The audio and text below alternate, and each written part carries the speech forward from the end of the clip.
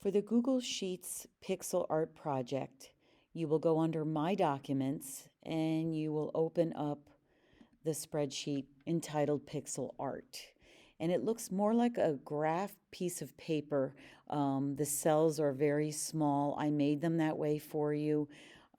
If you ever wanted to do it and learn how to make it into a graph paper, all you do is click on this little box and then just drag your cells smaller to kind of change the size of the cells all at once.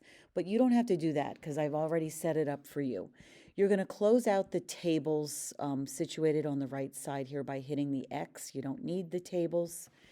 And you are going to open up another tab and you're going to Google Pixel Art Animal. You're going to pick, if you go under images, there's a whole bunch of pixel art animals to choose from. Pick any one that you want. I'm going to click on the turtle, and I'm going to do a screenshot of this turtle by hitting and holding down the Shift and Command keys at the same time, and keep holding them down. Shift, Command. Take your other hand and hit the number 4 one time. Hit the 4 one time, and you'll notice your cursor turns into like a little compass looking like thing. And you're going to hold down the trackpad and stretch a box and let it go. And you'll notice that the screenshot ends up on your desktop. So you'll go back over to your spreadsheet.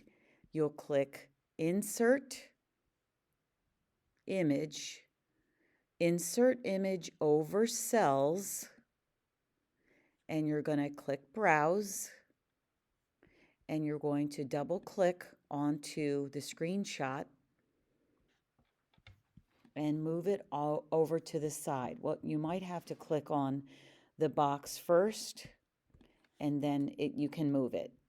Okay, now we're going to duplicate this on our own. I want to see that you know how to do this. And basically what you'll do is start with a section. I would start with the face or the head of an animal, and you will use the paint bucket. You see up in the toolbar, if you don't see your toolbar showing, it's being hidden right now, so you want to make sure that you hit the down arrow so that you can see the paint bucket. And you're going to start somewhere in the middle of your graph paper. Just give yourself plenty of space. And I'm going to start with the eyeball. So I'm going to hit the paint bucket and hit black. And just keep going. You're just going to keep going and try your best to make your animal the way it looks. You can even select multiple cells and insert that. So I got the eyeball done. Now your job is going to be to finish your animal and then submit it in Schoology when you're done.